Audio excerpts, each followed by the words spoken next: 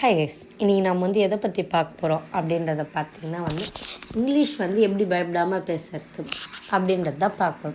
இல்லை பயப்படாமல் பேசுறது மட்டும் இல்லாமல் அதை கிராமர் மிஸ்டேக்கே இல்லாமல் எழுதலாம் அப்படின்றதையும் பார்க்கலாம்.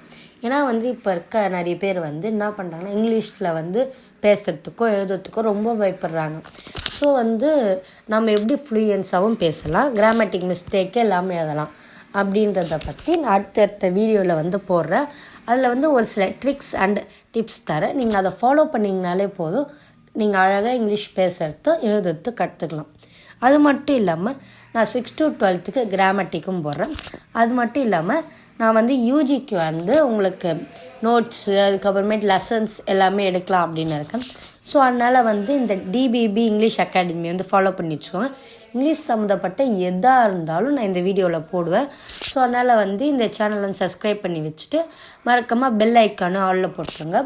உங்களுக்கு நோட்ஸு கொஷின் பேப்பர்ஸ்லாம் வேணும்னா என்னோடய டெலிகிராம் சேனலை ஃபாலோ பண்ணி வச்சுக்கோங்க.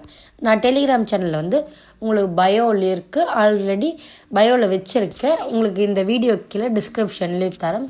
ஸோ மறக்காமல் அதை ஃபாலோ பண்ணி வச்சுக்கிட்டிங்கன்னா உங்களுக்கு யூஜி நோட்ஸு அதுக்கப்புறம் 11th 12th இங்கிலீஷ் சம்மந்தப்பட்ட எந்த நோட்ஸாக இருந்தாலும் நான் அதில் அப்லோட் பண்ணுறேன். நீங்கள் மறக்காமல் என்னோடய டெலிகிராம் சேனலை ஃபாலோ பண்ணி வச்சுக்கோங்க. எதுனா டவுட் இருந்துச்சுன்னா நீங்கள் மறக்காமல் கமெண்ட் பாக்ஸில் பண்ணுங்கள். நான் உடனடியாக அதை கிளியர் பண்ணி நான் வீடியோ போடுறேன்.